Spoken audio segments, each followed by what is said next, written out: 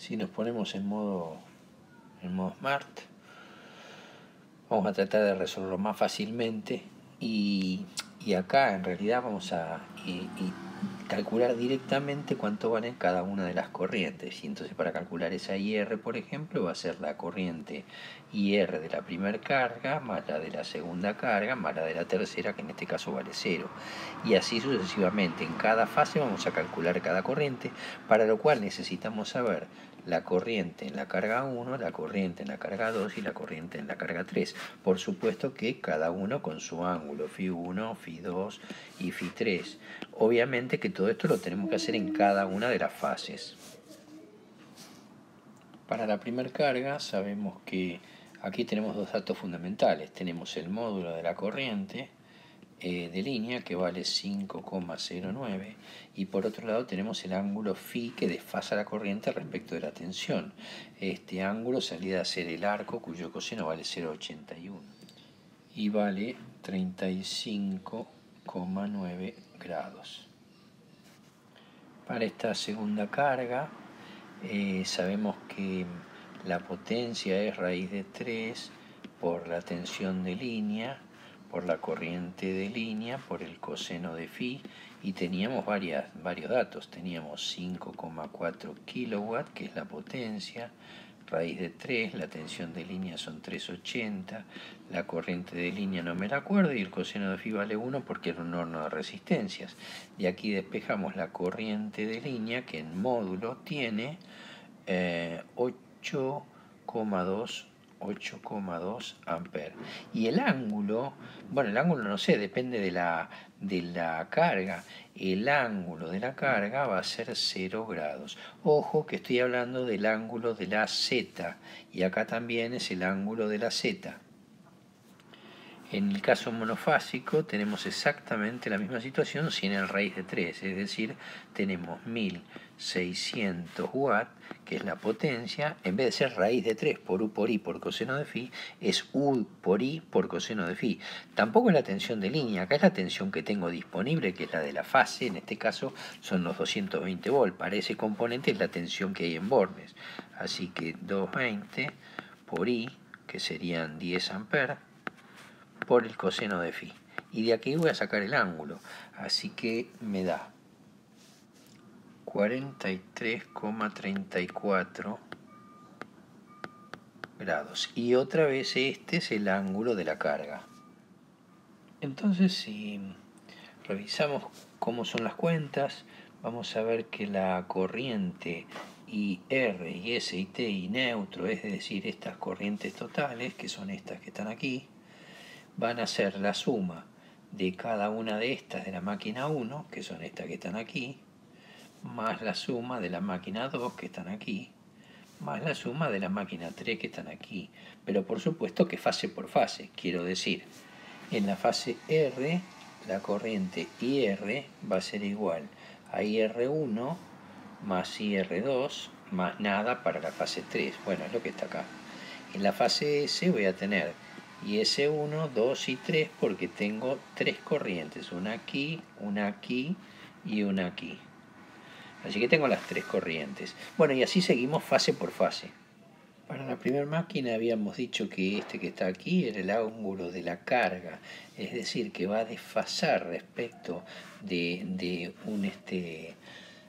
un sistema de fasorial, va a desfasar respecto de cada tensión 35,9 grados.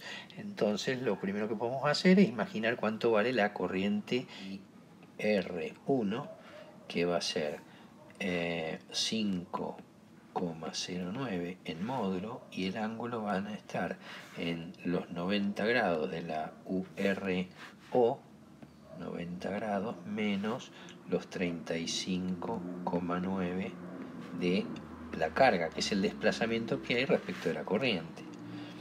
La IS1 le pasa exactamente lo mismo, 5,09 con un ángulo de 200, perdón, la S tiene ángulo de 330 menos 35,9 grados, y la T1 va a ser 5,09 con un ángulo de 210 menos 35,9 grados.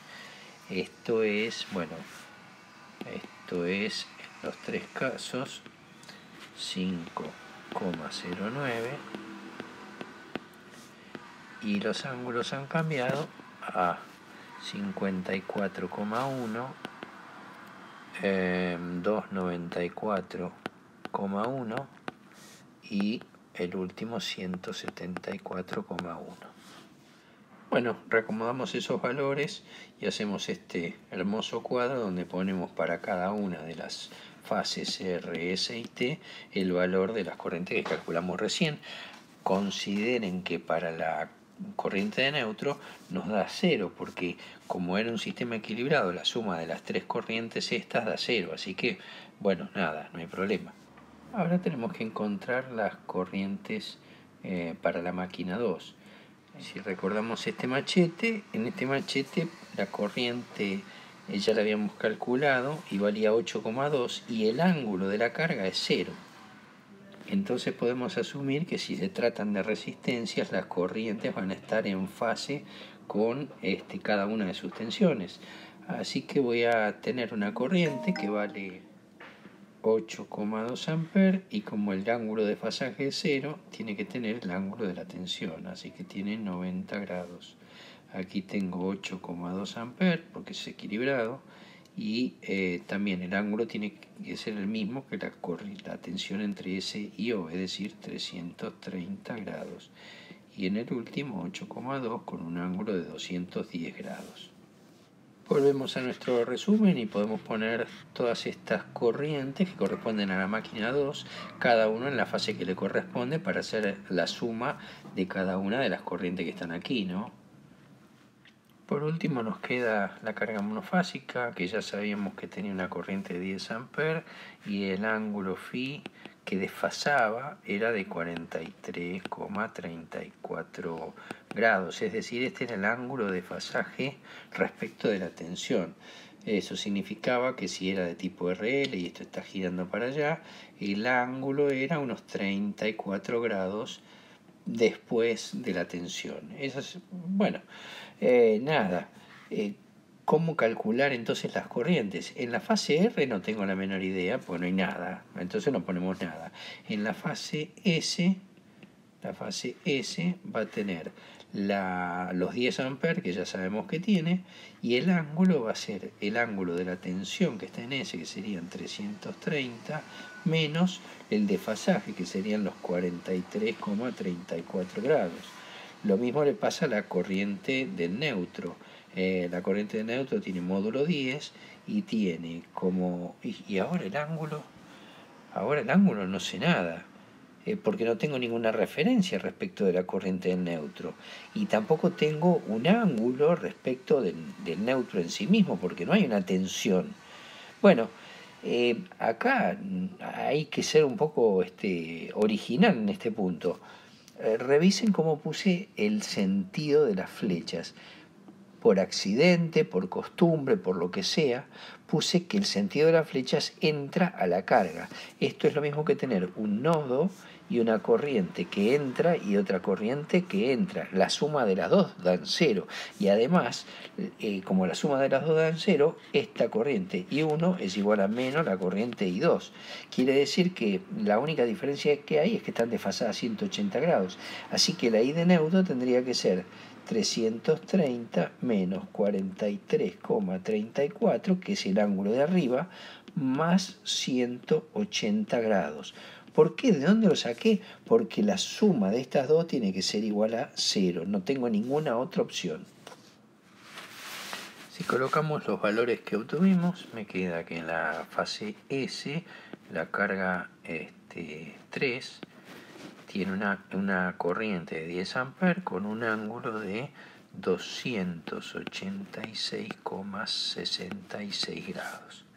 Y en el neutro me da 10 amperes con un ángulo de 466,66. Entonces, ¿cómo 466? ¿No fuimos la miércoles? Sí, claro, si le restamos 360 grados, porque dimos más de una vuelta, me quedan 106,6. Haciendo entonces la suma de todas estas corrientes en forma individual, para IR, IS, IT y neutro, a mí me quedó estos valores. Y sumando todos estos valores, la suma tiene que ser igual a menos la I de neutro. A mí me quedó 10 con un ángulo de menos 73,2. Eso significa que la I de neutro surge de multiplicar por menos 1 esta, o bien sumarle 180 grados, que es exactamente lo mismo. Y me da este valor que, si se fijan, es prácticamente el mismo que tenemos aquí.